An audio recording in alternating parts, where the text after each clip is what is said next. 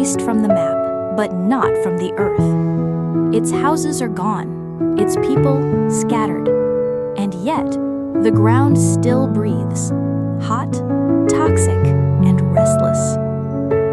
Centralia was once an ordinary town in Pennsylvania. Today, it's a smoldering scar. A fire started here in 1962, and it has never stopped. Centralia began like many small American mining towns. In the 1850s, coal was discovered here, black gold that fueled trains, factories, and the rise of industry.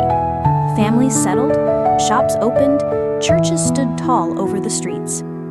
By the mid-20th century, over 1,000 people called Centralia home. Coal wasn't just under their feet, it was their survival, their livelihood, their way of life.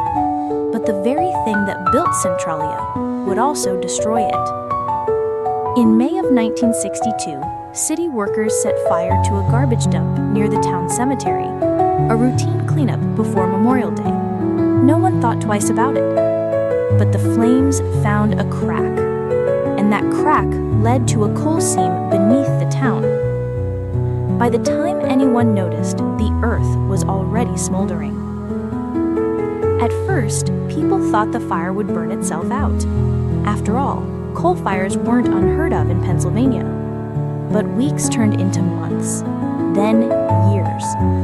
The fire spread through abandoned mine tunnels beneath the town, deeper and deeper, wider and wider. Authorities tried to fight it. They dug trenches. They dumped tons of clay and ash to smother it. They poured millions of gallons of water underground. Nothing worked. The fire wasn't just burning coal.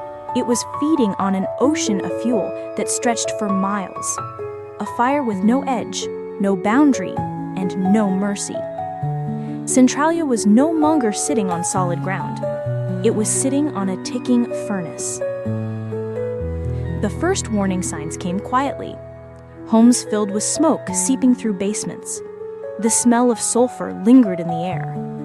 Vegetation wilted in patches where the ground was hotter than boiling water. Then came the cracks. Streets split open, releasing steam and poisonous carbon monoxide. In 1979, a gas station owner checked the fuel in his underground tank and was stunned to find it dangerously hot to the touch. But the most terrifying incident came in 1981. A 12-year-old boy named Todd Domboski was playing in his backyard when the earth suddenly opened beneath him. A sinkhole 150 feet deep swallowed him whole. Hot steam and toxic gases rose around him. He was seconds away from suffocating. Only the quick action of his cousin saved his life. That was the moment Centralia could no longer be ignored. By the early 1980s, Centralia was national news. Scientists confirmed the fire was unstoppable. The U.S. government faced a choice: spend hundreds of millions of dollars to fight a fire that might last centuries, or evacuate the town and let the fire burn. They chose evacuation. In 1984, Congress allocated $42 million to relocate residents. Families left, homes were demolished, and entire streets vanished. By 1992, the Pennsylvania government condemned the town outright. Mail service stopped, zip codes were erased. Centralia, officially, no longer existed. But a handful of people refused to leave. Even today, fewer than a dozen residents remain in Centralia. They live in a town without neighbors, a place where mailboxes stand with no houses, a place where street signs point to empty lots.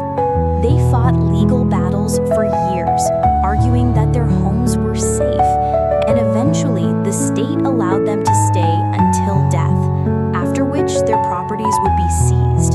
To them, Centralia isn't a disaster, it's home. What remains of Centralia is haunting.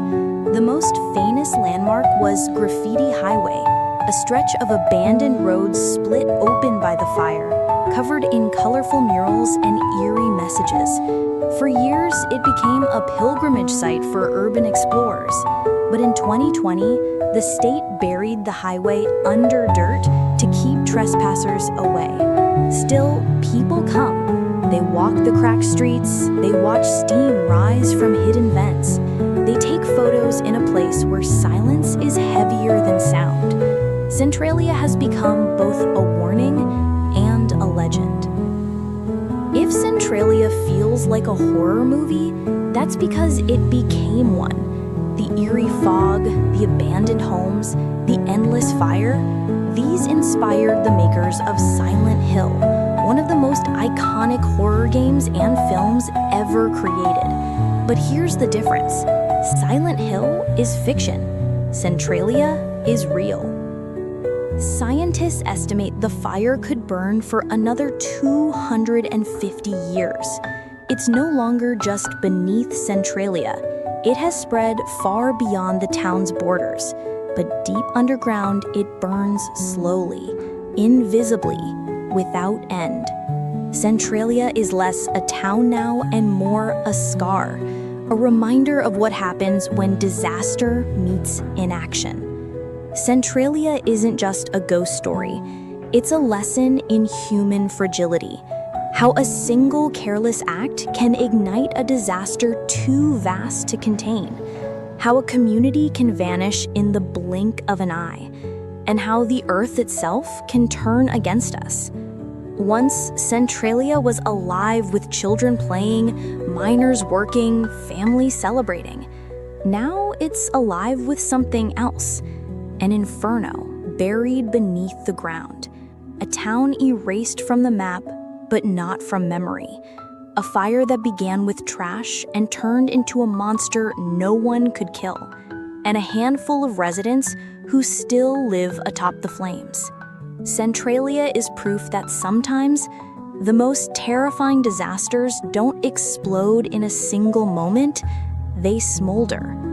They linger. They wait. And long after we're gone, they burn. If this story left you with chills, there are more places like Centralia, cities of mystery, abandoned dreams, and strange destinies. Subscribe now, because in our next journey, the next city we uncover may be even stranger.